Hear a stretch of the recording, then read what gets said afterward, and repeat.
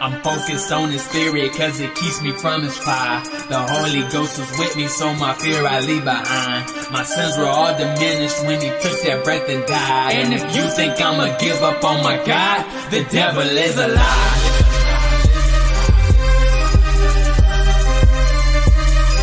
The devil is a lie.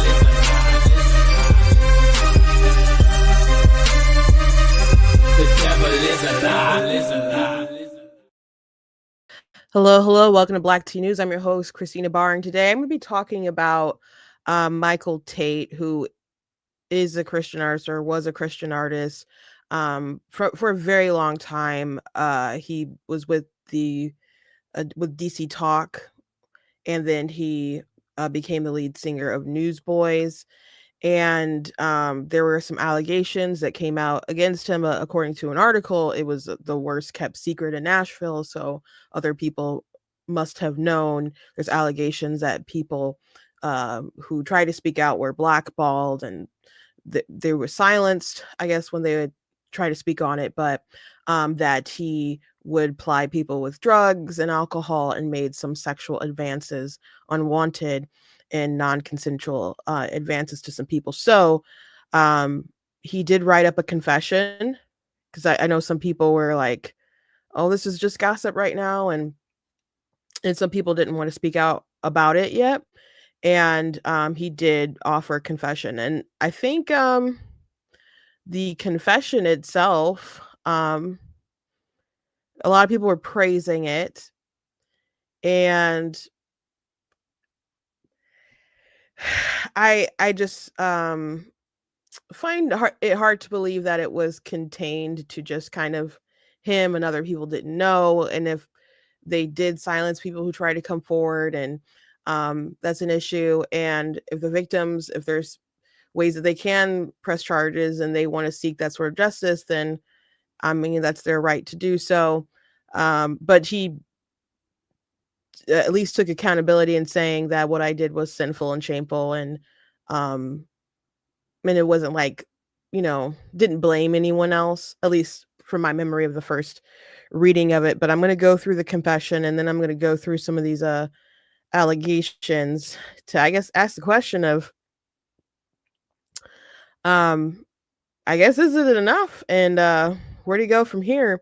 But I think this is really, it's very sad, but there's also an interesting story that I'm going to share, that from my sister told this, and she did share it on her TikTok today. I did ask her if she, the other day, if she was going to make a TikTok about it, and she was at that point like, this is just a rumor. I don't want to pile on and help contribute to gossip if this man is innocent of all this stuff. So he actually released a confession last night. He had abruptly stepped away from Newsboys earlier this year, and I'm assuming he probably knew this was about to drop and maybe stepped away. But I guess he also was, took some time to get his life together. So it is very sad. And as he pointed out, even in his confession, if he contributed to people losing their faith or turning away from God, and that is a tragedy. And he did spectacularly fail. And if anyone out there is struggling and they're in some kind of form of leadership, it is important to just take some time and get yourself together, because you do not want to fall from grace, and you are being upheld as an example. And the things that people will do to try to keep their power, even when they're in the wrong, can be really terrible. So you don't want to have to be corrected, and you don't want to be the reason why other people are victimized and believe that the church is evil, or God's not real, or God's not just. So it is very important that if you are struggling with something, that you take accountability for yourself and you take the time to step away and get right. But this has been going on for some years. So anyway, before we jump into it, I want to encourage you guys to go to blackteens.com, check out different content, the website, articles, videos, etc. If you like what I do here, please consider leaving a donation on the website, because it does cost to stream, run my website, all that good stuff. You guys can support. I very much appreciate you guys. You guys can check out different merchandise that I have available on the store, like different t-shirts and mugs and so on, that you guys can go ahead and check out. I do also have my books that are available on Amazon. There's a link in the description if you're watching on Facebook or YouTube. That'll take you to an Amazon page where you guys can see my stuff. Mostly I have fiction books, but I do have some nonfiction books, including a faith book that I have, Slay Your Fear, How to Overcome a Spirit of Fear. So I encourage you guys to check all that stuff out. So there's news today, of course, still on the immigration front, and Katy Perry said something really wackadoodle, and I'll get to those things, but probably tomorrow. And we've been talking about that the past couple days, but this is very open about my faith every day, and this is a pretty big news in that world. And I remember listening to DC Talk as a kid. I still listen to the Free at Last album. We didn't really like anything after that.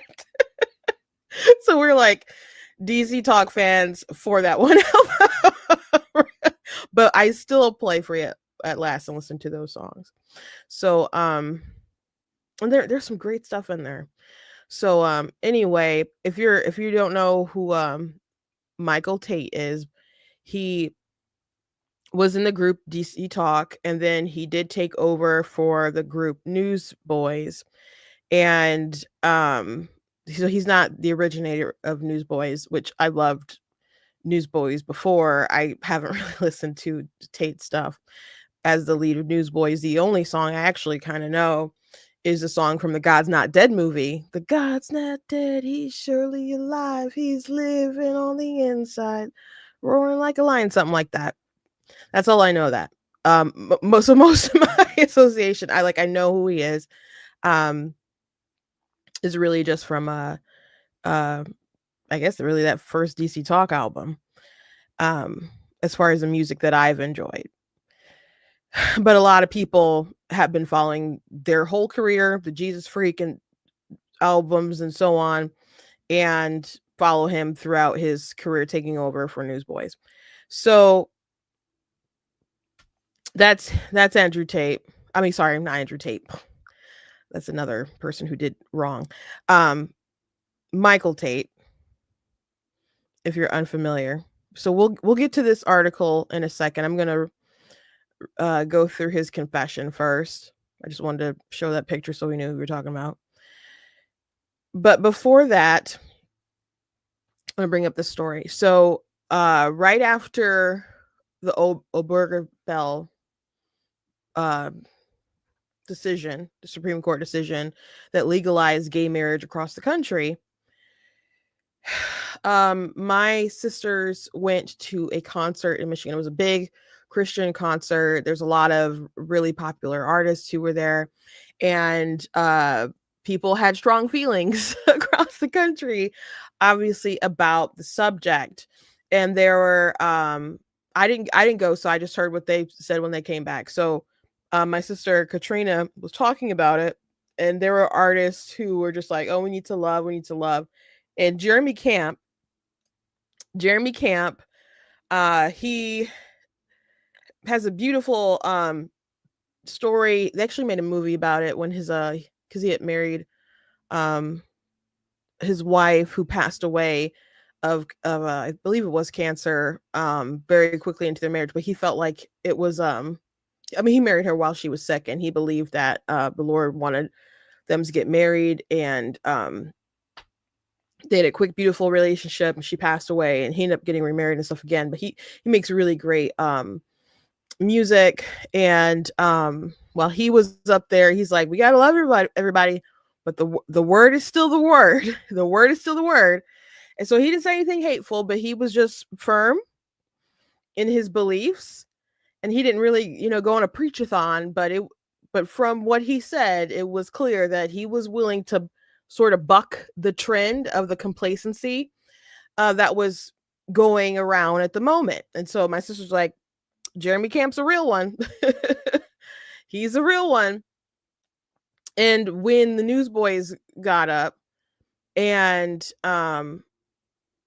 Michael Tate got up, he was one of the people who were like, oh, well, we just need to love and, accept people, etc., etc.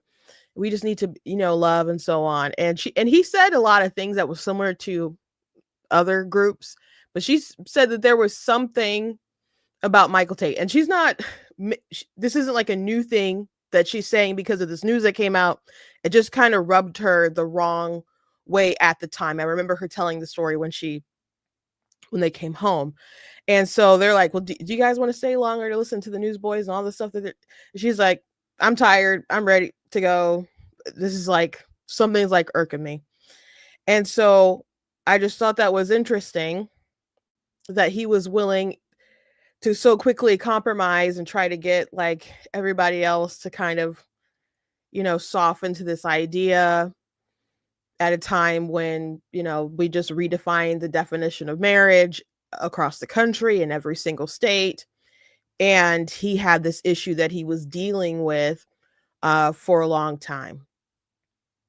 So I encouraged her to go ahead and just make a TikTok about it.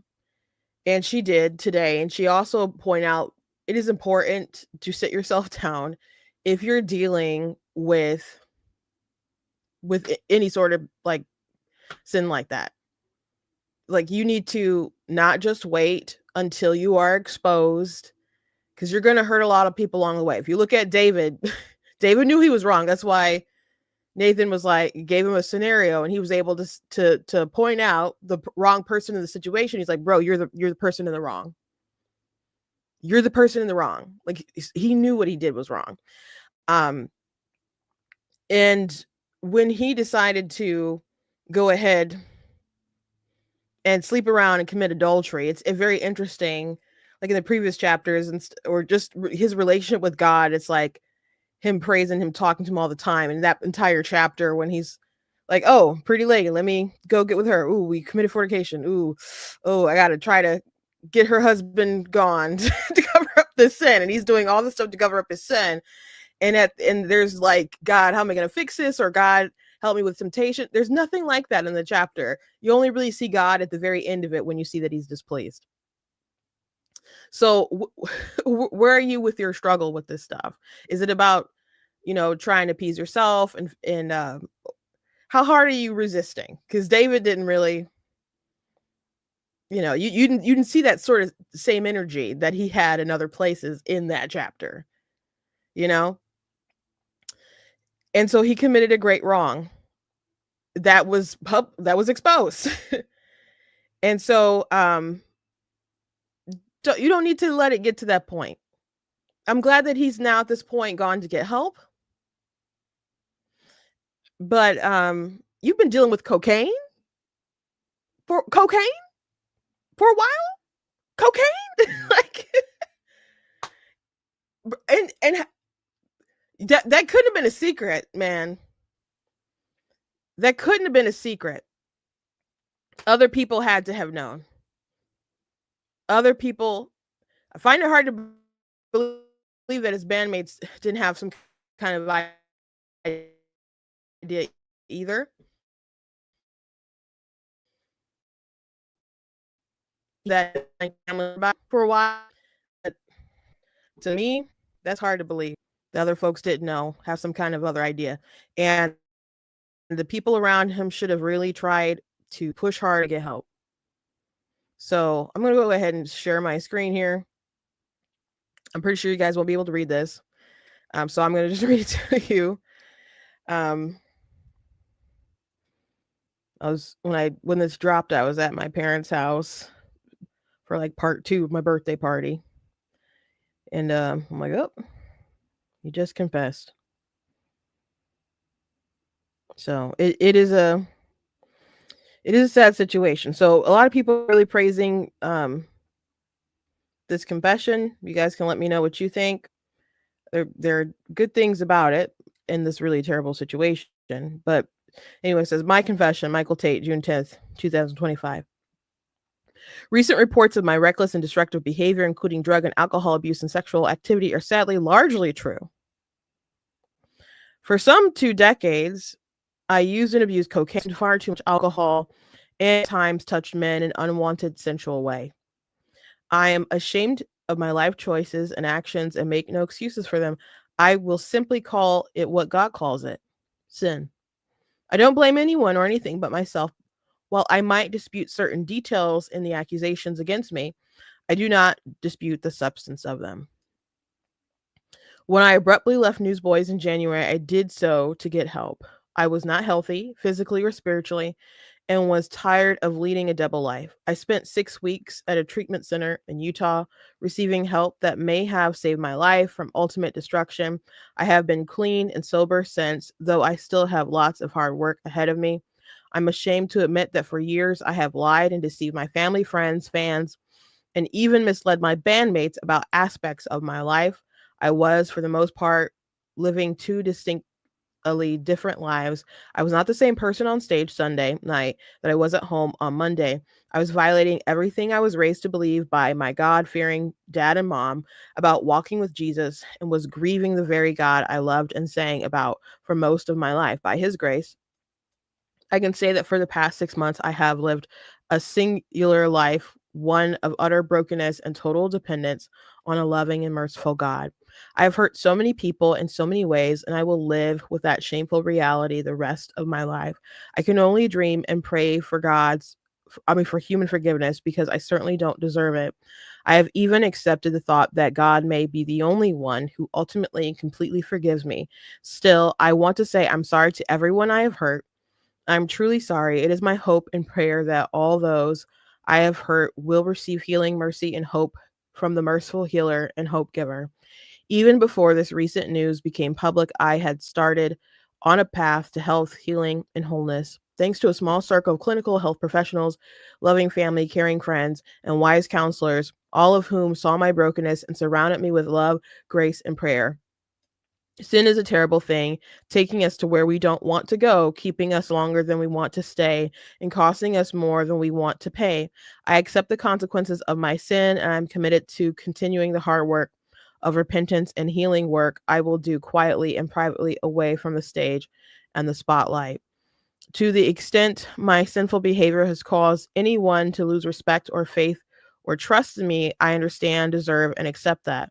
But it crushes me to think that some would lose or choose not to pursue faith and trust in Jesus because I have been a horrible representative of him, for he alone is ultimately the only hope for any of us. King David's prayer of repentance in Psalm 51 has been my prayer this year. Have mercy upon me, O God, according to your loving kindness. Blot out my transgressions.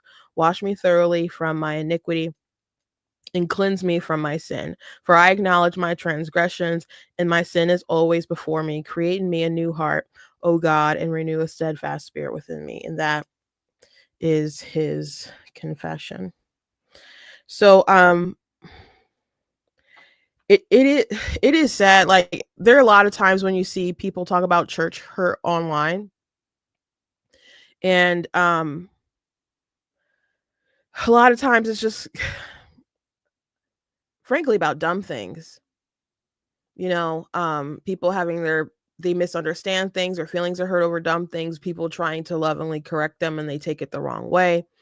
um there's lots of times when I hear people express their church hurts or what was wrong with the church or what, and it's just like, bro, that's the reason why you decided to let your faith go. Like, and then they start talking and it sounds like they never even understood Christianity and Bible, all the stuff. But there are some people who have gone through hell in the church, not because God isn't good, not because the word isn't true, not because Jesus didn't die for their sin and rose again, and not because God isn't their savior, but because we live in a fallen world and people are terrible. We live in a fallen world and people are terrible, and they do terrible things, including people in leadership, including people who should be shepherds, including people who claim to be ministers, and these artists, people in positions of authority, not just in the church, teachers, coaches, politicians for sure. Like so many people in authority, they'll be tempted and they'll fall into temptations, and then they don't want to step down before all that happens. But if they do something, some kind of indiscretion, they'll do their best to hide it, and then it just becomes a big conspiracy to cover up and save their skin instead of coming forward and really taking accountability for what they've done. And too often, anywhere, but also in the church, people will be abused. They'll be abused, and then they'll project what their pain onto the text, onto God, instead of coming to God saying, I need your help with this. I've done wrong. I believe that you are a just God, not just a merciful God, not just a healer, but also a just God, right? And they'll just turn away. And it is absolutely terrible. Not only what he did for himself, but if he caused that hurt in people. Now, your relationship with God should be your relationship with God, and I don't think you should let man get in the way with that.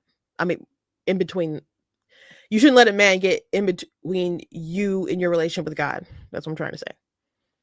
But it is a reality that people often do that.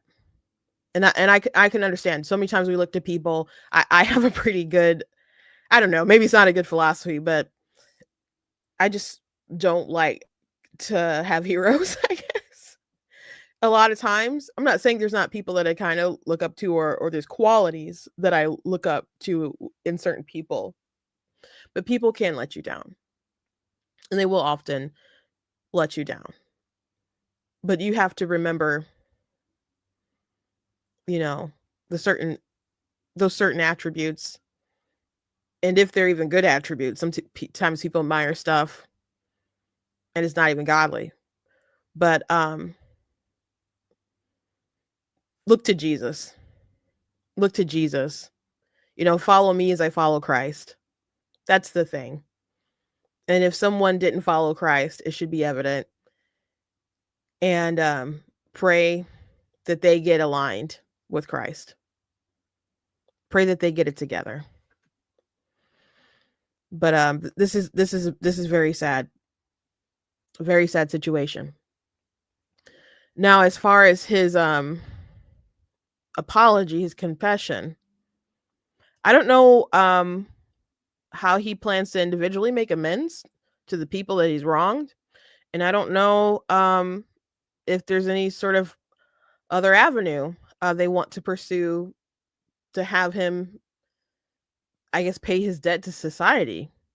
If if he unwantedly touched people, that is assault, and people are well within their rights to report that and seek some kind of justice. I haven't heard of anybody wanting to. I don't know all the laws about statute of limitations and where all this stuff took place. But sometimes they're your full consequences are what aren't. Sometimes an apology isn't just going to cut it, because there is still justice in this world, and some people are owed other kinds of justice. So I think his apology was very good in acknowledging the fact that it was nobody else's thing. It was him. It was totally, I did this evil thing. I did wrong. I was wrong. I had issues. But according to the allegations, and for this to proceed, I don't see how it was just a one person thing. So this is an article in the Roy's report that came out with this some days ago. It's been called Nashville's worst kept secret. That's pretty damning to the industry. to the Christian music industry. That's pretty damning. If other people knew about this. And I don't see how other people couldn't have known about this. Cocaine. Not just the touching, but the drugs. I don't know how many people know people who do drugs or have done drugs or been on drugs. But I don't know how you don't know if someone's on cocaine. It's been called Nashville's worst kept secret for decades. Allegations have circulated that Newsboys frontman Michael Tate, formerly of DC Talk, has groomed and sexually assaulted numerous victims. And after 2.5 years investigation by the Roy's report, which included interviewing more than 50 sources, TRR has documented Tate's alleged predatory pattern with stories dating back more than 2 decades. 2 decades. 2 decades. That's crazy. So basically, since he's like been involved really with music, when did Free at Last come out?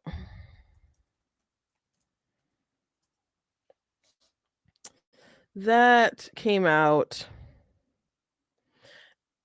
1992. It was the first album with DC Talk that he had. So not quite his whole career, but it's been a long time. 2 decades.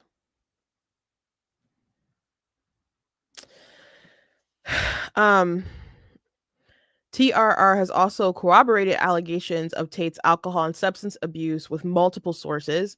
3 men spoke to TRR alleging that Tate befriended them individually on Christian music tours in 2004, 2010, and 2014, where they were all 22 years old at the time. 2 men stated that they were drinking alcohol with Tate and later woke up to him fondling their genitals. One alleged Tate also offered him cocaine while on the Newsboys tour bus. The third told TRR that Tate gave him a back massage while skinny dipping and later invited him to share his king-sized bed. There, Tate allegedly non-consensually massaged his anal region. I'm so sorry for this language. I guess it is just reporting at this point. TRR reached out repeatedly to Tate for comment with no response. Tate's music career has been nothing short of spectacular, starting with the band DC Talk, winning 4 Grammys before their hiatus in 2001. Tate, along with fellow Liberty University alum Toby McKeehan, which is Toby Mac. Toby Mac is like, I guess the only one out of the original group that I still hear his music and stuff, and mostly because it comes on K-Love. I don't kind of, I guess, go out of my way. And Kevin Smith, who's Kevin Max, made history in contemporary Christian music. In their 2019 book, Jesus Freak, Will Stockton and Dee Gilson called the band nothing less than the Beatles of Christian music. I don't think that's inaccurate. DC Talk was huge. DC Talk's 1995 album Jesus Freak spent 79 weeks on the Billboard 2000 list and sold more than 3 million copies. Before Jesus Freak, when Free at Last came out, that was like hip hop and other stuff, and then it like went rock, and we were like, what the heck? So we were like the minority in the world as far as not liking their turn. But they really blew up after that. Since the band's never-ending intermission starting in 2001, mystery has shrouded the future of the Christian music stalwarts. And despite all 3 artists collaborating on multiple songs, a Jesus Freak cruise, and a reunion on Toby Mac's latest album, Life After Death, the band never got back together, and it seems it's unlikely it ever will. Tate began looking toward the Newsboys, a band founded by former leader and singer Peter Furler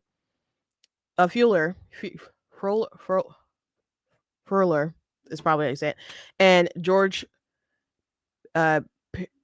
Paradkis in Woolababa, Australia in 1985. The band found success after moving to Nashville in 1991, releasing 14 studio albums and receiving 4 Grammy nominations before Fuller stepped down in 2009. Tate then became the lead singer of Newsboys, and Newsboys manager Wes Campbell became the sole owner of the band. It's not an exaggeration to say that for many evangelical teens who came of age in the 90s, the Newsboys were the core part of their evangelical Christian experience, said Leah Payne, professor of American Religious History in Portland Seminary. They reformed in some ways as an ongoing supergroup, most notably recruiting Michael Tate, who was the third of DC Talk. They really had a second life that sort of gives voices to American conservatism. And they got a picture here with Tate and Trump and Paula White and other folks, you know.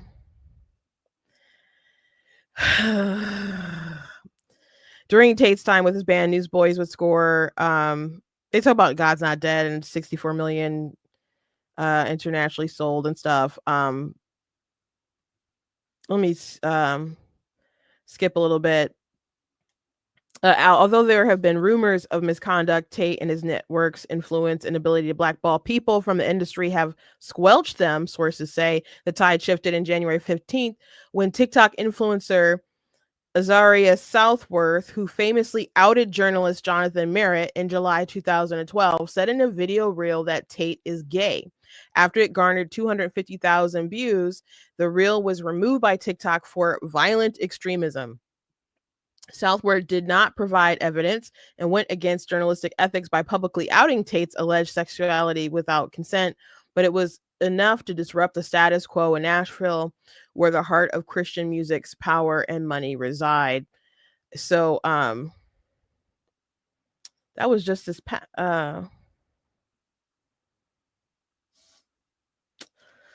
so was it just this past year they did that? I didn't see that video at the time.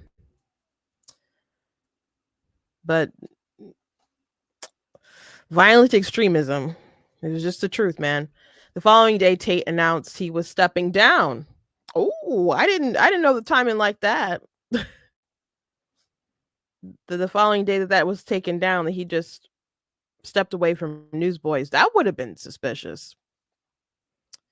Was that not suspicious?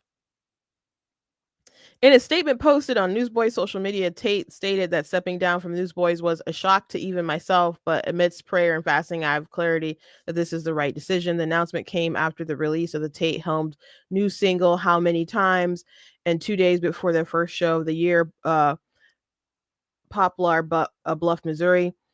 Band member Adam Agee told Fox 58 the band was scrambling to re-record the single, and a new version of the song led by Agee was released soon after. The chaos left Newsboys fans asking for ticket refunds on social media and expressing confusion at the quick turnaround of the lead singers. Despite the chaos, Tate had been out of the public spotlight since his exit and has not posted on social media since his statement. There is no evidence Tate stepped back from the band due to Southworth's allegations, but the timing alone was enough to give Christian music pause and survivors impetus to speak out. Bro, I didn't know about that drama. I didn't know about that drama. That he like, I heard he stepped away. I did not know it was right after a viral video of someone outing him as gay. So he stepped away and decided to get help after it had become clear that all this was starting to unravel. I'm not saying that doesn't make his apology sincere, because sometimes you do need to hit rock bottom before, a lot of times you need to hit rock bottom, I guess, before you turn everything around. So I'm not saying his apology wasn't sincere, but I don't think it was all because he had a come to Jesus moment. I think it seems like it was forced. Like he just I don't know, Prophet Nathan caught up to him, I guess. Everything caught up to him and he got exposed. Someone said your reactions to finding out stuff was so entertaining.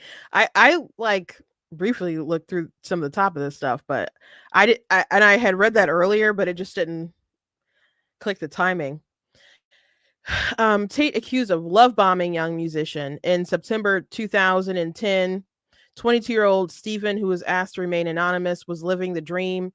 TRR has a policy of not revealing the names of alleged sex abuse victims. As a touring musician, the Chris Sly Band, he walked onto festival stages every night and played guitar to crowds of screaming teenagers growing up in a conservative Christian family with missionary parents. This was surreal. I was a huge DC Talk fan, and Tate just kind of had was just kind of like a weird idol. Steven told TRR, as a kid, Steven had played DC Talk's Jesus Freak on repeat, even though it was outlawed by his parents. So when the Sly Band was offered a slot opening for Newsboys and Tate was the lead singer, Steven was in awe. But things took a turn when Tate seemed to take a special interest in him. Lead singer Chris Sly recounted to TRR the moment Tate first saw Steven, saying he was intensely focused on the 22-year-old while their band played on stage before a Newsboys set in Columbia, Maryland on September 17th. Most of the time, big stars do not hang around and watch the opener show. Sly said, I remember that sort of being peeved that Tate cared more about my band mate than he cared about me, and then it slowly evolved into something I felt was weird. Initially, Steven and Tate met briefly backstage during a pre-concert prayer led by Tate. After the tour ended, Steven worked as a clerk at a store in Brentwood, a suburb 10 miles south of Nashville. It was where he encountered his childhood idol again 2 months later, and this time Tate gave him his phone number. It started out, we were friends, Steven recalled. We went to a movie, he picked me up, and then he would usually just play darts at the bar in Nipper's Corner. He was trying to using that gaydar to see if he could get in. Steven wasn't fazed by the 21-year-old age gap between him and Tate, but Sly, who was both his bandmate and housemate, was acutely aware of it.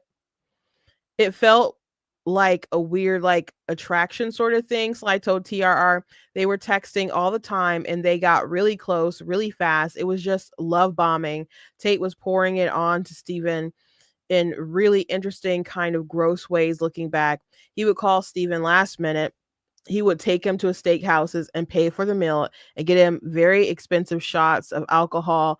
I have this vague memory that there were was like a back room at a restaurant that he took Steven to. That kind of stuff is really impressive to somebody who grew up as a poor missionary kid, especially with someone like Tate you think they're safe with. I just want to point this out. There, people feel a different way about whether you should or shouldn't be able to consume alcohol. It is very clear that you're not supposed to be drunk. You're supposed to be of a sober mind. And I've never had the stuff. I don't even like the smell of it. But this is all red flags. I've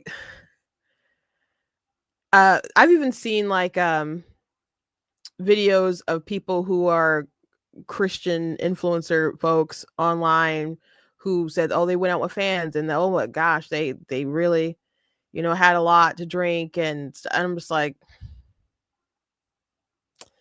why? Bro, what are you doing? You're really not supposed to do that. And your inhibitions start to loosen and you just don't make the right decisions, man. If you see, this is all such red flags observing. I can see why they call it the worst kept secret, man.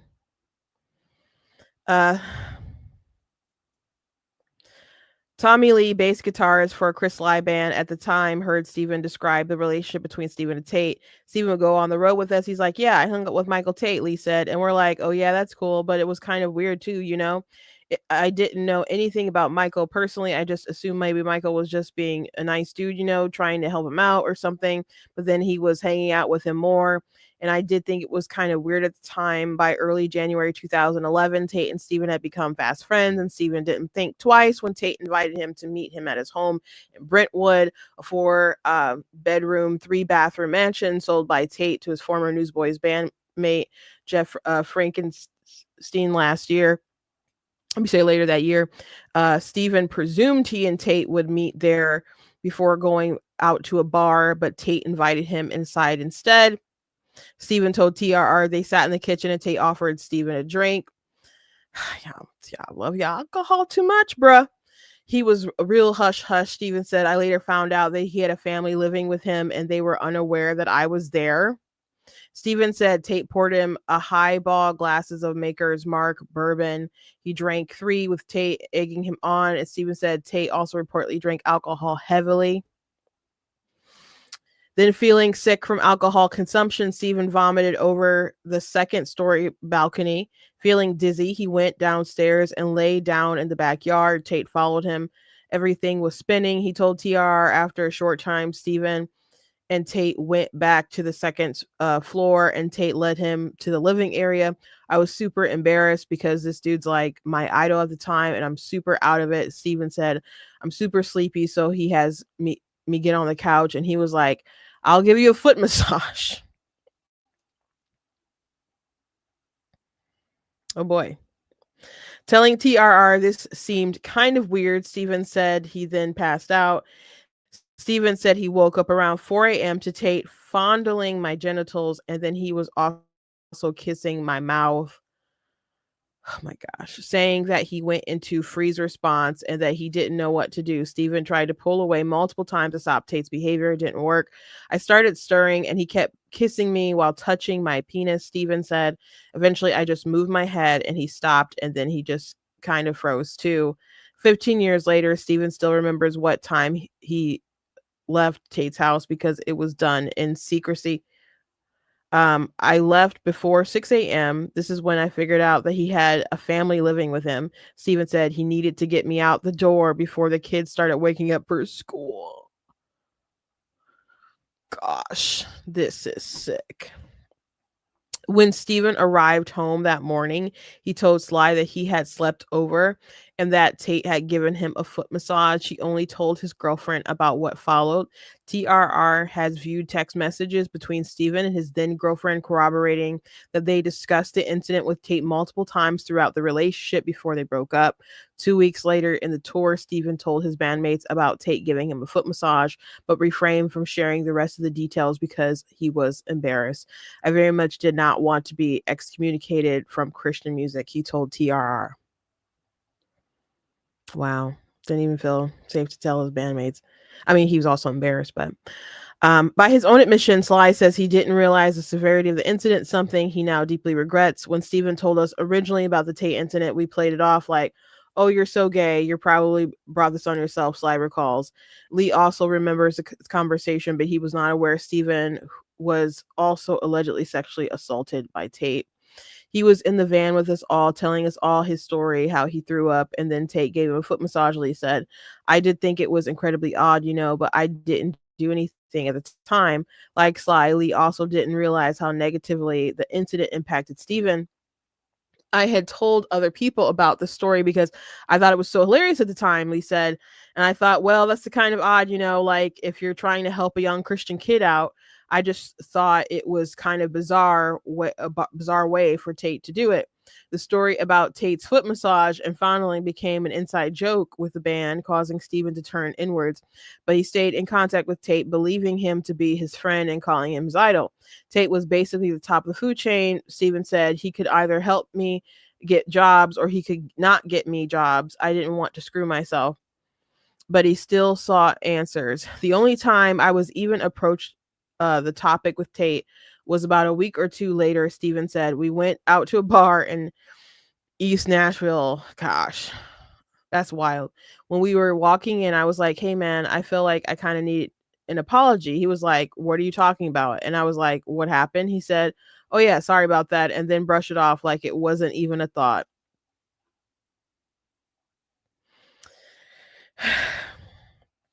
Steven's contact with Tate slowly dissipated, and their friendship ended when he left the Christian music industry and moved out of state. But the story of Tate's foot massage became part of Nashville's rumor mill as his bandmates misunderstood how violated he felt.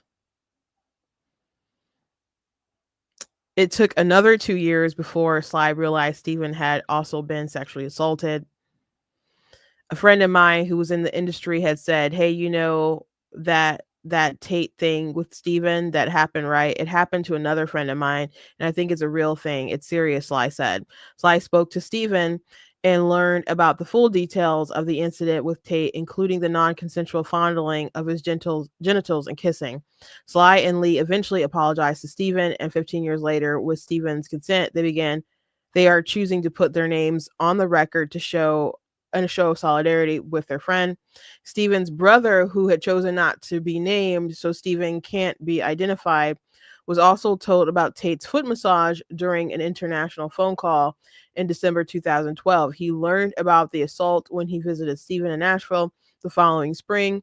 We Stephen bandmates made a big joke about it for a long time, his brother said, and in his post #MeToo era, I look back and I'm like, how did I think that was a joke? Why was everybody so cowardly about this? Tate was untouchable and nobody wanted to mess with him. Stephen's brother also saw firsthand the toll the alleged sexual assault took on Stephen's life. A couple of years after that, he kind of talked about it again. The brother said he broke down sobbing about it because he was making like $150 a show as a musician. Michael Tate was the big star, and he thought that this guy wanted to be friends with him, and he felt betrayed. Stephen's brother later apologized for not being more sympathetic. It kind of went from like being a thing that had been a joke for years to all of a sudden it got super serious real fast. The brother said, and at the time I didn't expect that, but it just totally makes sense because if that had happened to me, I'd be freaking pissed. I guess you don't understand it until it happens to you or somebody close to you. You can kind of be more sympathetic and less of a bleep about it, I guess. Stephen told TR that he chose to speak up about it now because there are multiple people who have had similar experiences. I would like to share it if it helps other people. I have moved on from that trauma. Skinny dipping sleepovers. Oh, Lord. I didn't read about this. This wasn't the first time Tate allegedly groomed a young male. 6 years earlier, the rock star swapped phone numbers with a worship musician named Philip, not his real name, at a gig in the Midwest. This time, he invited the 22-year-old to stay at his house. It was spring of 2004 when Philip first encountered Tate. Growing up in the Midwest in an Assemblies of God church, he joined a moderately successful worship band right out of college. Due to this, Philip and his peers spent time on the Christian tour circuit. It was through this he met Tate, who had launched a solo career in 2001 under the band Tate. Tate and his drummer and housemate Chad Chaplin were touring Tate's sophomore album, Lose This Life, when Tate met Philip at the band's merch booth at the show in Oklahoma. I just went up and said hi because I was a massive DC Talk fan. Obviously, given my upbringing, Philip said Tate was just super nice. We chatted for a little while, and I brought up that I was working on my own music. He was like, awesome. You got anything I can hear? I was like, I do. It's on my laptop in my hotel. We did go up to my room, but he was just super supportive, listened to my songs, gave me encouragement, and then that was it. Philip and Tate traded phone numbers after this encounter, and Philip saw it as friendship and mentoring relationship. Tate was 16 years his senior and could open a multitude of opportunities for Philip in Christian music. They texted casually over the next year, and Philip was excited when Tate invited him to Nashville for a weekend to hang out and stay at his place. This happened twice. Philip lived 8 hours away and concedes now that the invitation was a bit unusual given the distance and the age gap, but thought nothing of it at the time. I'm 22 and had a lot of downtime when I'm not on the road. I would probably do that for like a regular friend, but a new friend that was in one of your favorite bands, of course, I'm going to go hang out, Philip said. I did that twice, and both hangs were pretty similar. Just a bunch of bros drinking and playing darts and just being silly. Note, nothing caused Philip concern during his first weekend at Tate's, so his guard was down. The second time he visited in the winter of 2005, he recalls there being lots of beer and cigarettes while the group spent time together at Tate's place. Philip felt in control and was sober by choice. This was a requirement for his religious upbringing and for his standing in the worship band he played for. Despite this difference, Philip was accepted and felt comfortable among Tate's friends. He recalls that late into the night during his second stay, some suggested they go skinny dipping in Tate's spa. Philip remembers what happened next viscerally. Everyone just starts shucking off their pants and jumping in. And I was like, oh, wow, they're actually doing it. I'm the new guy and I'm not very shy about this stuff. So I did it too and hopped in.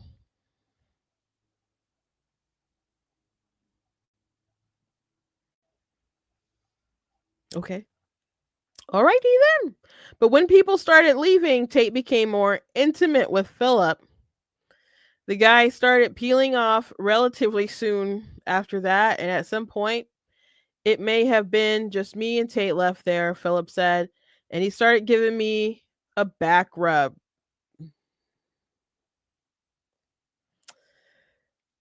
This type of behavior wasn't unfamiliar to Philip or the Christian music industry, according to multiple sources who currently tour in Christian music. This type of locker room behavior, often involving nudity, massage, beer, cigarettes, in this case, skinny dipping, has frequented Christian music spheres of influence for decades.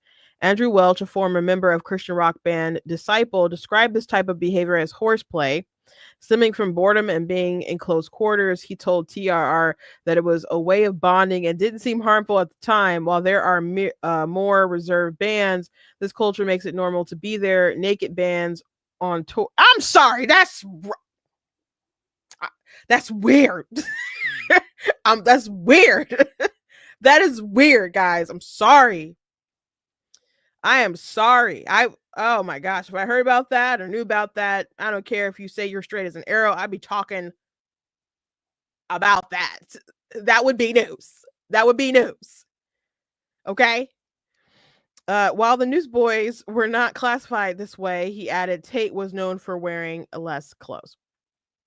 For example, in a report from a security debrief at the Wilmar, Minnesota-based Sunshine Festival in 2011, security chief Jeff Quiggle wrote, the band's Newsboys manager came over to the trailer the guys were in, banged on the door, and told them it was almost time to be on stage. Soon the trailer door swung open, and standing there, dressed only in a towel, was Michael Tate. The female security escort quickly turned her head and covered her eyes. There's a lot of talk about women and women in modesty, women needing to be modesty in religion and church and stuff, but what about dudes? What about guys? Stuff's weird. As to the normalcy of such behavior in Christian contemporary music, Philip was naive. According to his wife, whom he was dating at the time, Philip doesn't think anyone has any nefarious intentions unless he has a reason to do so. He's just like the most laid back guy. Yeah, some people are naive. I mean, I don't think I'm terribly naive, but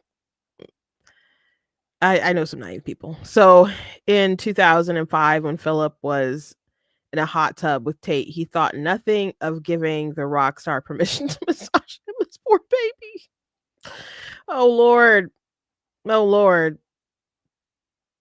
Looking back, Philip recognizes that this was obviously a little strange, that you're not wearing any clothes and you're in a hot tub, but that it was essentially fine.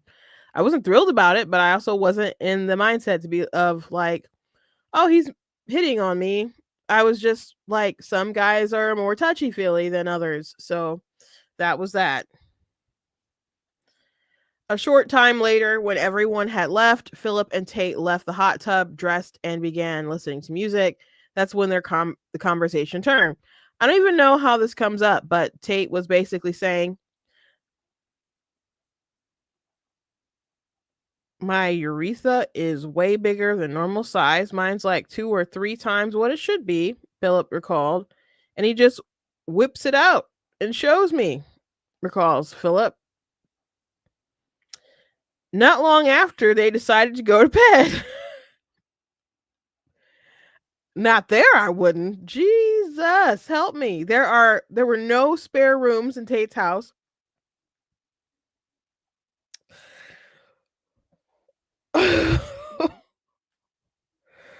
So Philip had to share a room with Tate. His host offered him a sleeping bag inside the bed, but also said he was welcome to share his Tate's king-size bed. Philip thought nothing of it, something he attributes to life on the road, where it was common for him to share bunks with bandmates on the tour to save money.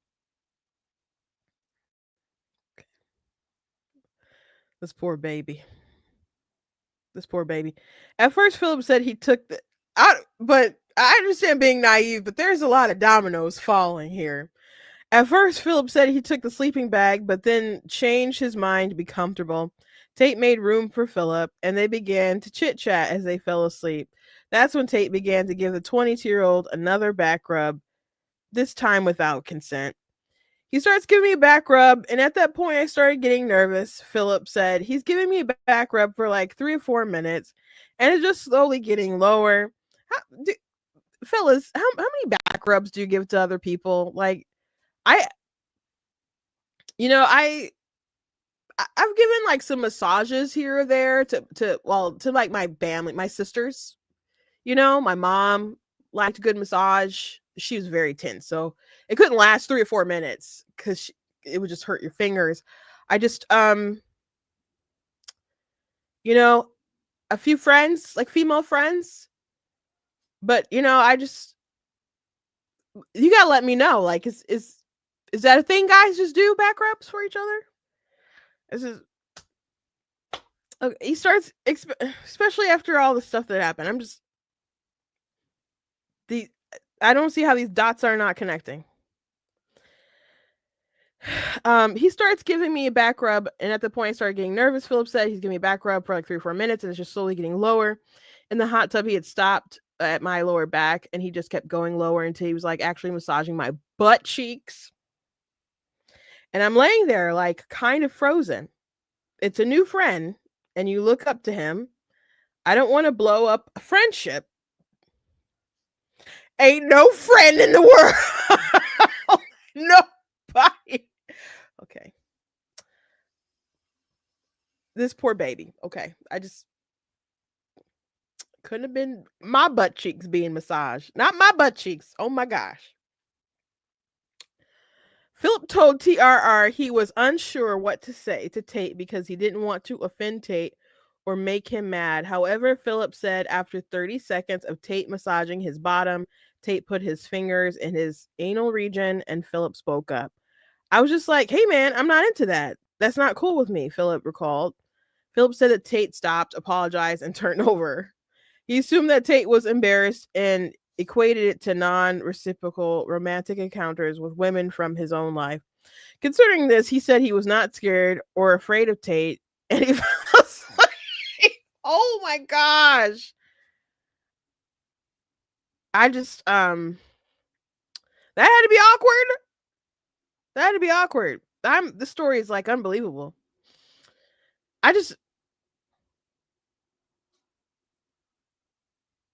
don't know. I'm just amazed. I'm stunned. When he woke up in the morning, Tate was gone, and Philip never heard from him again, despite reaching out to him multiple times over text. Philip mentioned the incident to his now wife soon after and put it down to a weird, failed romantic effort that he didn't see coming.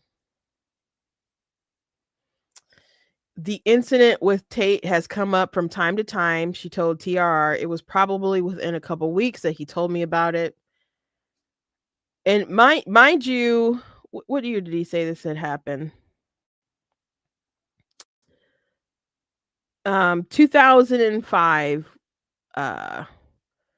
So what, 3 years later was Obama was elected. When did the Obergefell's decision happen?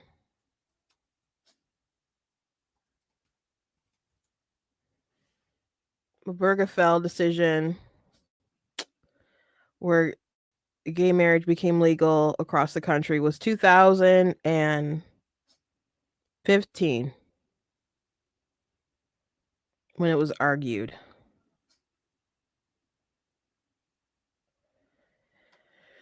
So he was doing this stuff way before he got on stage and was like, "Hey, we just got to love and accept everybody, guys." He was in the rainbow at this time, doing unconsensual stuff.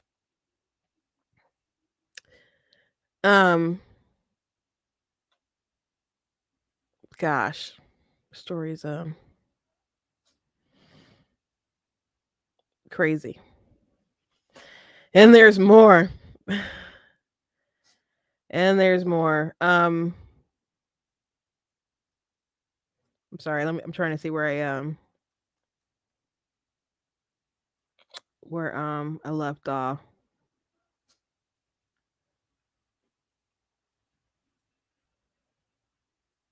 Okay. She told TRR that Philip had not come forward sooner because he did not want to out Tate. It's always kind of been like, okay, obviously Tate's gay. She said he's a huge name in Christian music. I'm sure he feels like he can't come out of the closet or is going to lose everything that he has. So we just kind of felt bad for him in the sense of, that sucks not to be able to be yourself.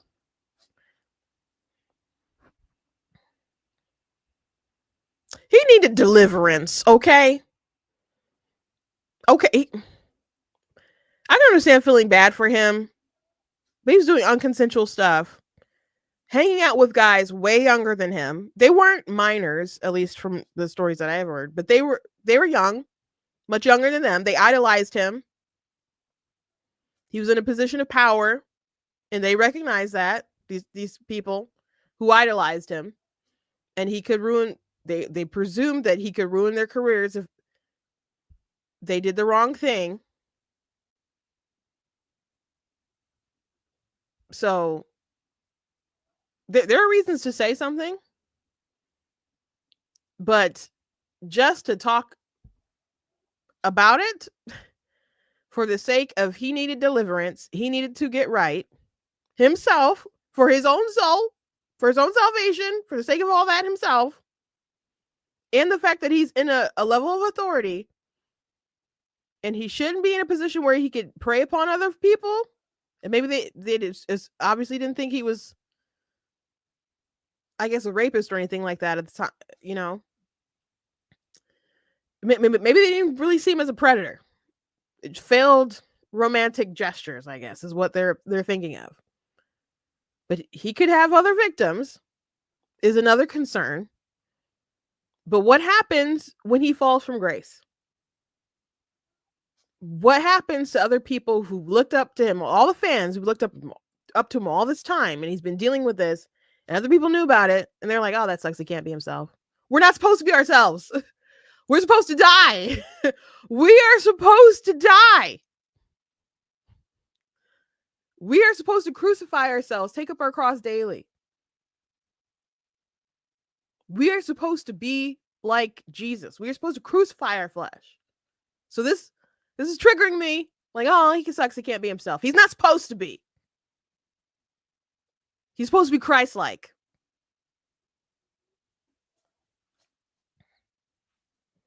Very sorry this happened to Philip. Philip would continue to work in the music industry, though, and recalled the incident to friends he made on tour during their long drives between gigs. It quickly became part of a slew of Tate-inspired stories in the Christian tour circuit. One of these friends was a bandmate he met in 2006. The bandmate asked TR not to name him for legal purposes. Ooh, legal purposes, huh? But he said he recalled Philip telling him about the incident when they met on tour. He said that Tate tried to put his fingers,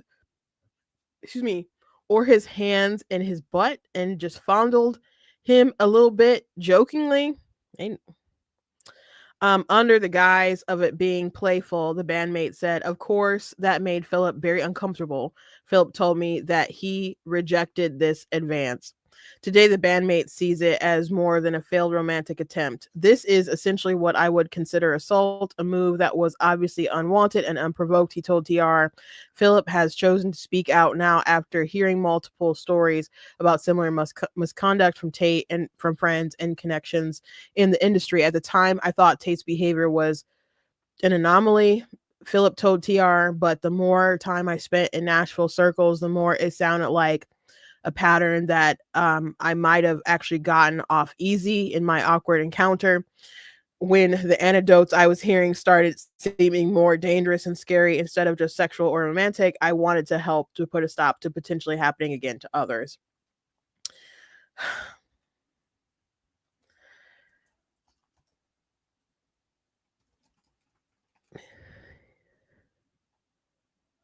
He said he's he has a family, right?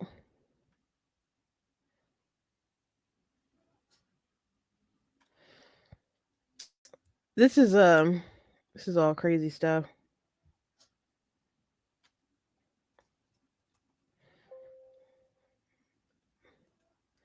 I don't know. Let me keep going. Yeah, my sister said it's beyond an awkward encounter. This stuff is all wild. I obviously hadn't read through all this stuff. Um, I'm glad you guys find my face entertaining, though.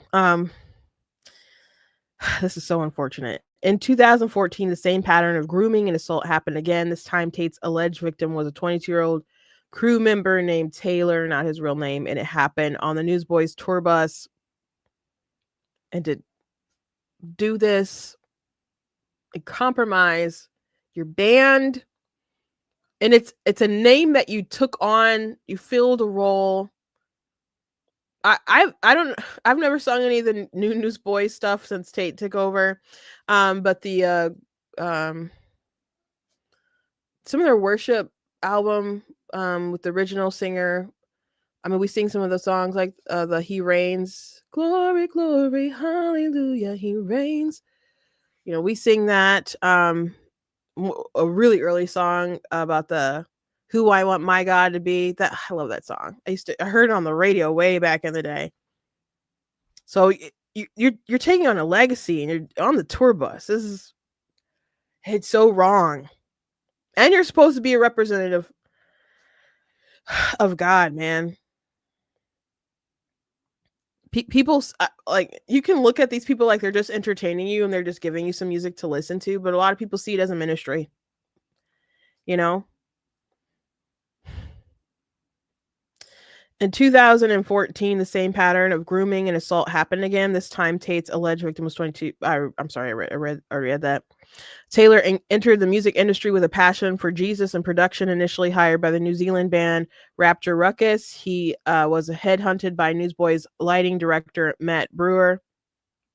In 2013, Taylor became a member of the close-knit team, which already included band members Tate, Duncan Phillips on drums, and Jody Davis guitar, and Jeff Frankenstein keyboard and music director, as well as Newsboys tours manager Steve Campbell and a variety of crew. Together, they traveled on a 12-week bunk tour bus to approximately 136 tour dates a year to get to work for a mildly bigger band right off the bat.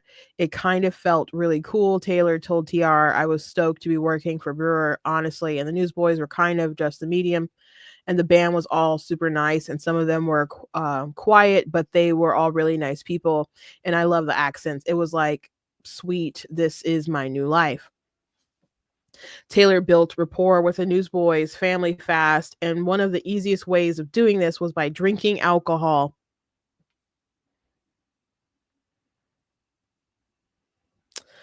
The band and crew had a hard and fast rule against letting any female stay on the bus overnight, except for Wes Campbell's daughter, Grace, who occasionally performed on tour, but there was no rule against alcohol consumption. Everyone could drink. We would pretty much drink at least a little bit every day. Taylor said there were probably a couple of days we missed. There was pretty much always like a bottle of wine and some vodka on the bus. We always had cranberry vodka. So Taylor didn't think twice when Steve Campbell paid for everyone to have a drink and dinner at Buffalo Wild Wings after a Newsboys event on April 11th. The band was celebrating the upcoming We Believe Spring tour and had finished packing the bus at 11:30 p.m. From here, the tour bus left a gig at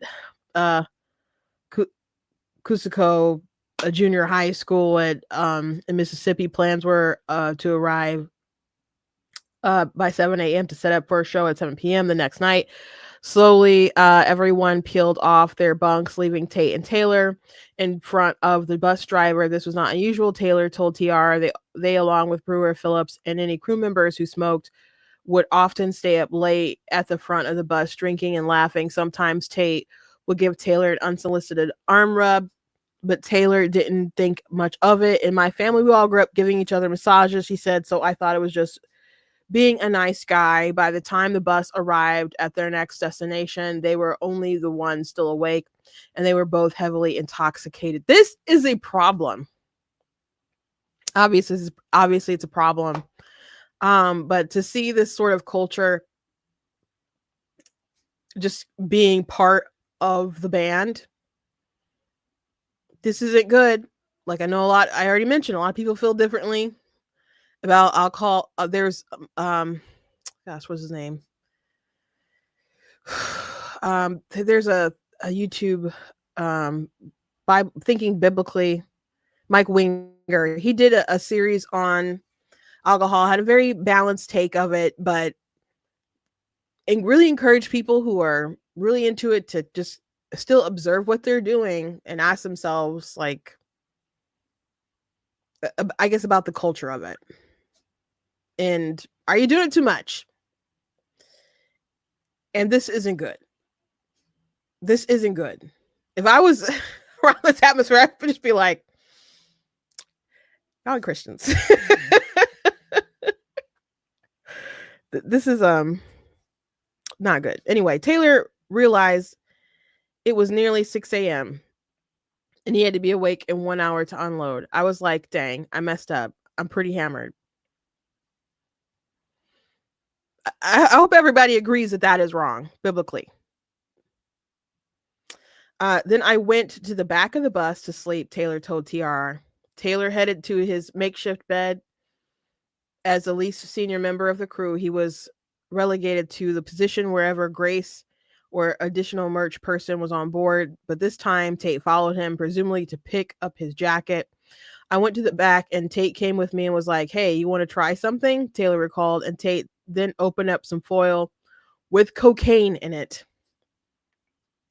Taylor declined and is unsure if Tate used some or not. Taylor then went to bed and quickly fell asleep. He woke up a couple of minutes later to a shocking discovery. I woke up but didn't fully open my eyes, and I just realized that Tate was rubbing my penis through my pants on the top of my jeans, Taylor said. Like every other survivor TR spoke with, Taylor said he froze and then he realized what Tate was doing. I was like, oh my gosh, this is actually happening. Dang. And I just felt bad for him in that moment. I thought, this guy's pretty bleeped up. Taylor told TR that while Tate was assaulting him, he moved his body slightly to make Tate think he was waking up and would leave him. He did. I thought, wow, this is crazy, but I was still tired and knew I was still going to load in the morning no matter what, Taylor said. So I decided I'm going to go to bed. Looking back, I realized that was a sexual assault. In retrospect, Taylor says his choice to fall back asleep immediately was due to his alcohol consumption. He only started processing what happened properly a few hours later when he called his now wife. Taylor had called me and he was already in the back of the bus and just told me, hey, I don't know how else to say this, but this just happened. We've been up late. We're all just drinking, Taylor's wife told TR. And then he told me, Tate offered me drugs. I'm pretty sure it was cocaine at the time. And he was like, absolutely not. I don't want to do that. His wife, who was also involved in Christian music and touring with another major artist, said Taylor then went into detail about being groped by Tate. He said, I was asleep, and the next thing I wake up, and he's just rubbing my penis with the clothes on, she remembers.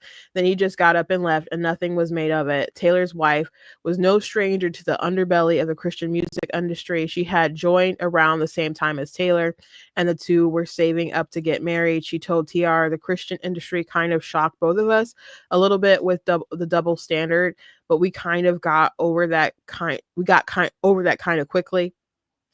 However, neither of them expected sexual assault. She continued, I asked him how he felt, and Taylor said he just is a very broken man. That's his immediate response. We were young, and it was like, do you say something? Do you not say something? And I felt that it wasn't my story to tell. Ultimately, Taylor made the decision to forgive Tate and not report the incident to Steve Campbell or Matt Brewer. He decided never to go drinking that heavily with Tate again. He told TR that Tate's physical contact towards him seemed to lessen after that incident, and he no longer massaged him or gave him bear hugs. Taylor said he and his wife decided to come forward now 11 years later in solidarity with an alleged sexual assault survivor whose story TR will be reporting soon. Both Taylor and his wife have left the Christian music industry and say that telling their story brings back tough memories. This is such a shame.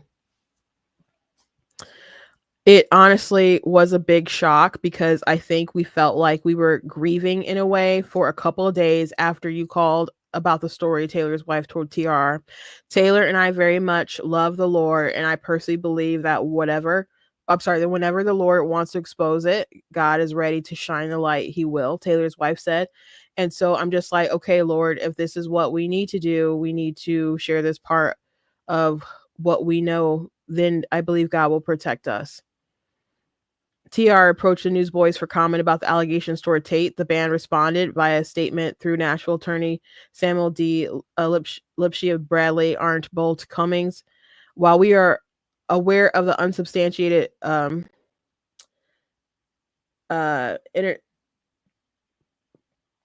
oh, let me see.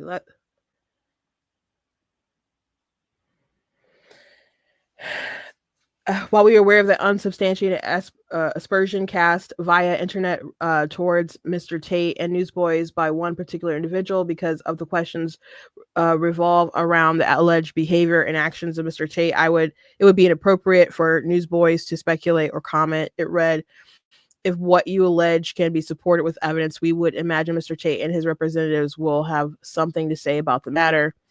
Following the publication of the story, the Newsboys responded in a social media post on June 5th. Last night, our hearts were shattered when we read the news alleging drug abuse and inappropriate sexual actions of our former lead singer, Michael Tate. While Michael has not addressed these allegations, we are devastated even by the implications. First and foremost, our hearts are with the victims who have bravely shared their stories.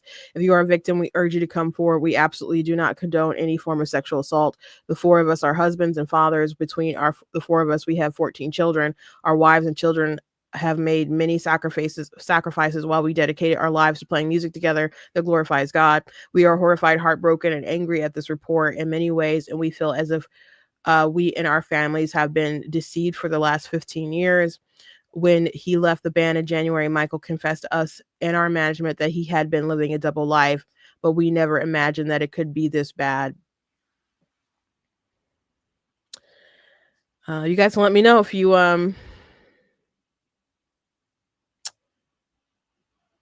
think they didn't know. A spokesperson for Disciple stated after publication of this report, Welch's comments were stated to show the different types of behavior he witnessed on the Christian music industry. They do not specifically reflect Disciple's former or current culture as a band, and Disciple do not participate in any of the behavior mentioned. And there's a correction with a story earlier, and that's the last thing that it says. This is a wild story, man. This is a wild story.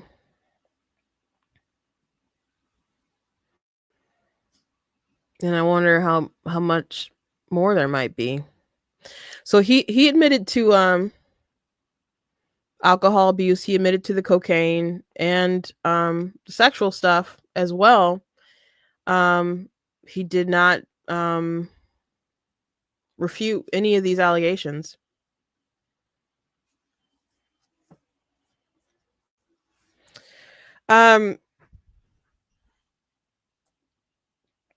Okay, so I had heard about them. I guess to summarize, the most complete thing that I had known was the confession until kind of just going through that story with all of you. And I'm not saying he can't be sincere. And I guess his repentance is really between him and God, but he did leave to get help right after that viral video. I mean, 250,000 views, that's a lot, especially if it would keep spreading. It got taken down. I hadn't heard about it. I heard that he had left the band, but he left the band right after that. So the timing is suspect. I'm glad he got help and he confessed to his bandmates and, you know, decided to repent and so on. And again, sometimes you have to hit rock bottom before you're like, oh my gosh, I let sin lead me astray. I was a fool, before you turn around. And that's just the reality of the situation with a lot of people. What's that song that DC Talk sang way back in the day? I think it was their very first album, Free at Last. Some people have to learn the hard way. Some people have to learn the hard way. So maybe he did. Maybe he did. But all of this sounds very manipulative. His behavior with these young men and predatory, and the culture of the band itself, saying, "Oh, Taban, we drank alcohol," and and other stuff, and the intoxication, and making the advances after people were intoxicated. It's just very predatory. I'm not saying he didn't wise up and choose to repent, and that he's not really sorry for his behavior. Um,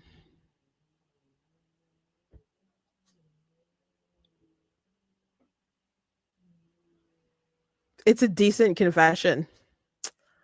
Um, I guess I'm not convinced. I'm not the one he has to convince, though. Um, he has to make amends with, or maybe he does. Maybe no one wants to kind of talk to him. Like, how do you apologize for touching someone's anus? What are the right words to say? There's not a Hallmark card for it, I don't think.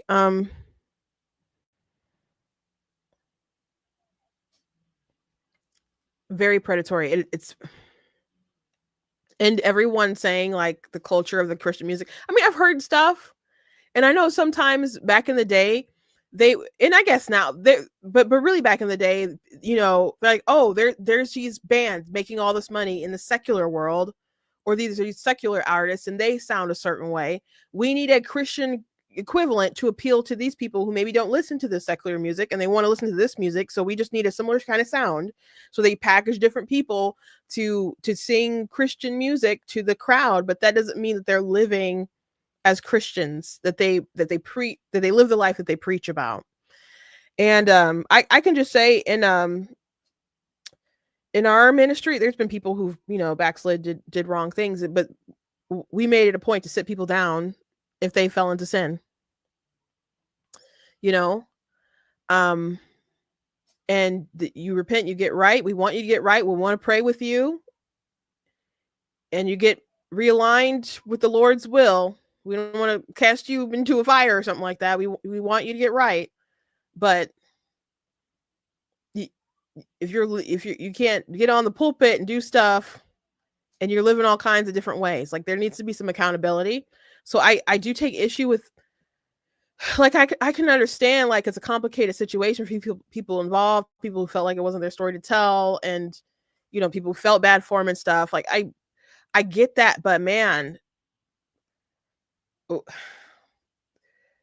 some people see it as just music and entertainment. Maybe like the professionals had that in mind, but a lot of people really see this as, you're doing this for God, to glorify God. That is the ministry, and it speaks to people's hearts and so on. So I just think there's a different standard. And if you feel like if you feel like you're just singing music, go sing secular music. I mean, everybody should be praising God, and stuff, because He's worthy of it. But like, if you're making this a career, this is what you do. You primarily do.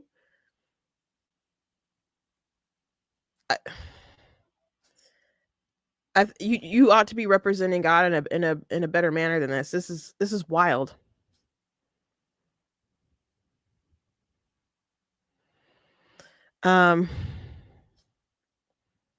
Let me read some of the comments. I I've never thank God I've never been in a position, anything like what these men have been in. I've been in a situation where I was uncomfortable, for sure, by someone who's pretty perverted. Nothing like this, though. This is I understand there's a lot of complicated feelings attached to it, and people don't know what to do. But I wish it's really damning. I said this at the beginning, that people are saying this is the worst kept secret in Nashville, and that there's these different stories and allegations, and they've been going around for a while.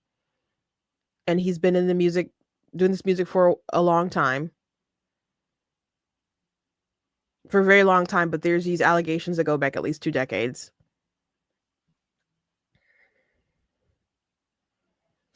But I don't know how hard he was with the cocaine, but it's very hard for me to believe that other people didn't know about his cocaine. It sounds like the Newsboys themselves have not a good environment. I'm not saying they don't make good music. I listened to the Newsboys in a long time.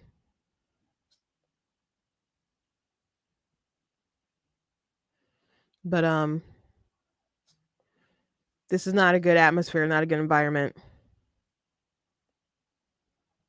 My sister said, "Oh, you know, if someone is on coke."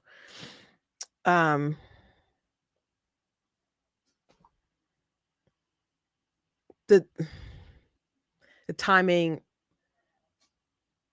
of him setting himself aside is very suspect. And we'll pray for him. I hope that it's sincere, and I want him to this sincere to be this sincere turn to Christ, a sincere crucifying of his flesh, getting healthy mentally, physically. It doesn't. There was one person in the article who said you couldn't say too much because of legal stuff. I don't know if anybody's going to actually charge him, want him to be charged. If they didn't back then, I don't know if anybody's going to do it now. And guys, they go through this stuff. They're really silent about it, embarrassed about it, or whatever. I mean, women will be silent when they suffer abuse. Guys will really just keep that silent. So I don't know if anybody is going to want to seek justice, but if there is an avenue for people to pursue that and they choose that they want to do that, he needs to just take it. He needs to take that penalty. But I don't know what Newsboys wants to do, but I think that should kind of be in the nip of the bud for Newsboys. This isn't just a poor reflection on Michael Tate, and it's clearly a poor reflection on the Christian music industry as a whole. It's just a business to a lot of people.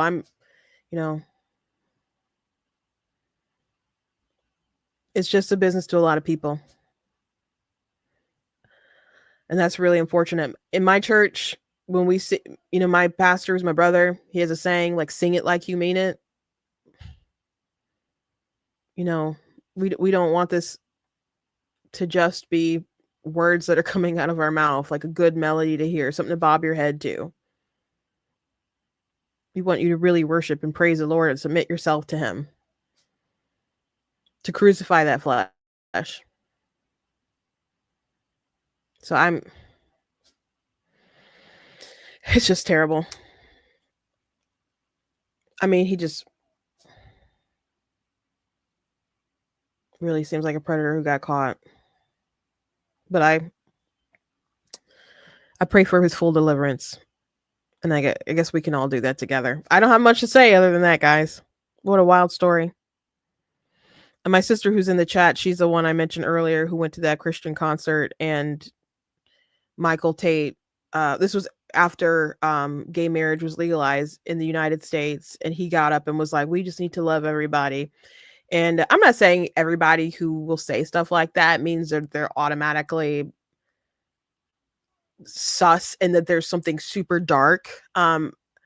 But you love people by not affirming a lifestyle or some kind of sin that's going to, separate them from God, build that separation from God. Like a lot of people get really touchy about it when you mention LGBT stuff, but just think about it from a different perspective or something else. If it was adultery, if you really love someone and they're going and committing adultery, just be like, "Oh, well, that's just them."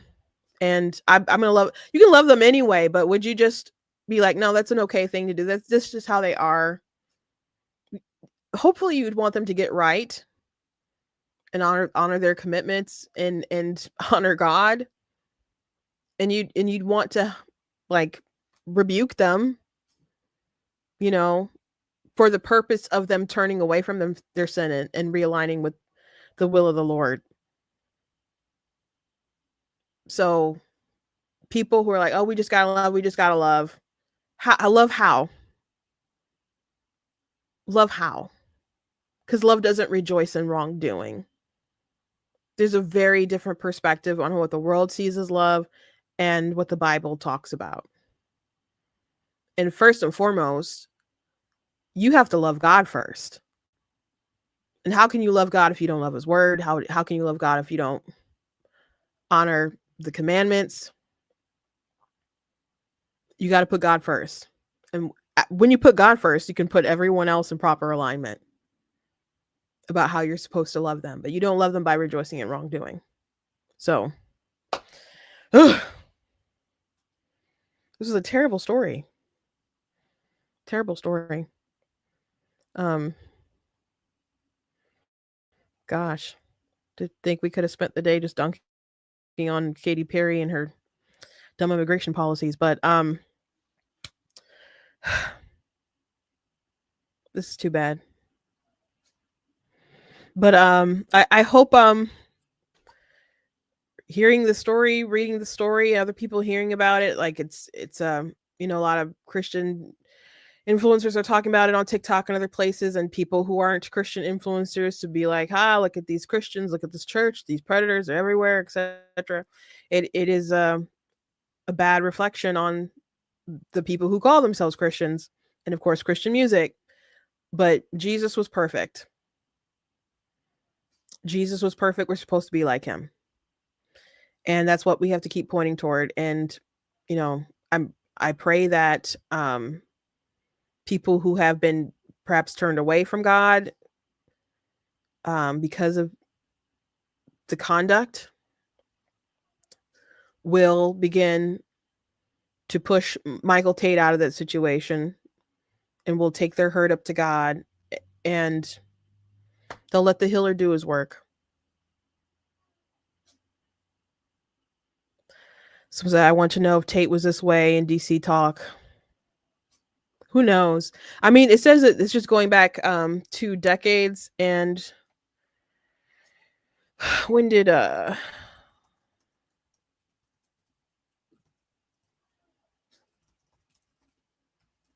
he's been with Newsboys for a long time. Since 2009, he became the lead singer of Newsboys. So when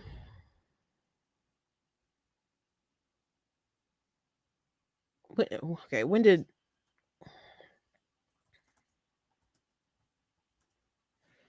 DC Talk broke up in 2000, officially went on hiatus. So it's possible. I mean, the allegations don't seem to go quite back that far. Did Toby Mac know? I don't know. I don't know if he said a peep about it. I hope not. I hope not. I mean, Tate's confession is like shielding his bandmates and stuff, and I don't see how they didn't know about some of this stuff. The one person who, you know, the story about the guy who saw the cocaine or whatever, he offered him cocaine. He said he didn't let other people know, so he kept it to himself. But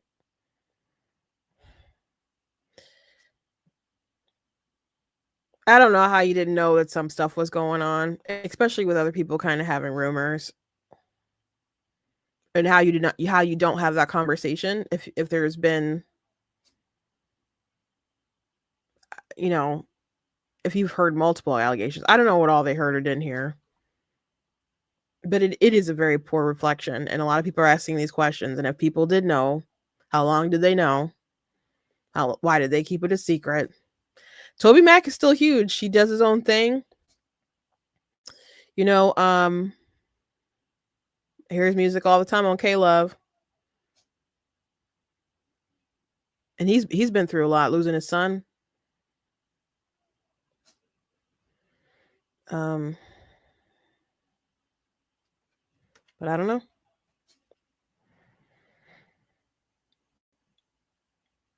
Greg said, "How is this an open secret?" People, I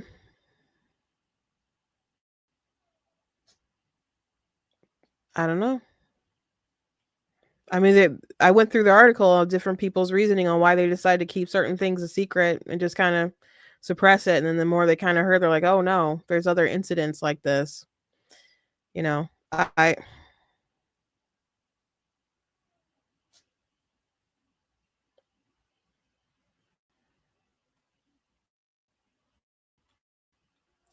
some people don't know how to react or don't know what to do in those types of situations. But I don't know. I feel like they should have there should have been some confrontation to make him step down. But people also were concerned about their careers and other stuff. So I don't know. I think I'm gonna call it a quits now, guys. We've been up for an hour and a half, a little bit more than that, and I'm just gonna ramble at this point. I think I've said all that I can think to say right now, but it's just really sad. You know what, the Free at Last album, there's a song about she's the kind of girl, about, wanting a virtuous woman and all this kind of stuff. It's got such great music. It's got the song I Don't Want Your Sex, for now, talking about like until you tie the knot. And it's it's just wild. It's just wild. But to go back to that story with my sister, she went to that Christian concert right after gay marriage was legalized in the United States, and there was a bunch of artists who were just like, "Oh, we gotta love, we gotta love," and Jeremy Camp was like, we can love, but we gotta follow the word." Jeremy Camp was willing to say that. Michael Tate was one of the, we just gotta love everybody, but he was in the rainbow at the time, and not God's rainbow. Anyway, thank you guys for joining me in this disturbing episode of Black Tea News. This was not the kind of tea I enjoy. If you guys want to support, you guys can go to the website, look at other kind of content that I have. If you want to support, you guys can go to the website and support, because it does cost to stream and run my website, all that good stuff. You guys can support. I appreciate it. You guys can also check out different merch that's available on the website, like different mugs and t-shirts and so on. So go ahead and check that stuff out. I also have different books that you guys can read. I have mostly fiction books, but I do have some nonfiction books, like my book, Of Course God is Blatantly Against Abortion. And I do have a book, Slay Your Fear, How to Overcome a Spirit of Fear, that is available as well. There's a link that'll take you to an Amazon page if you're watching on Facebook or YouTube. Other than that, if you go to blacktnews.com, there's a link on the merchandise page that'll take you over to ninjadustpublishing.com, which is a place where is actually my book website. So anyway, thank you guys, and I will see you guys tomorrow.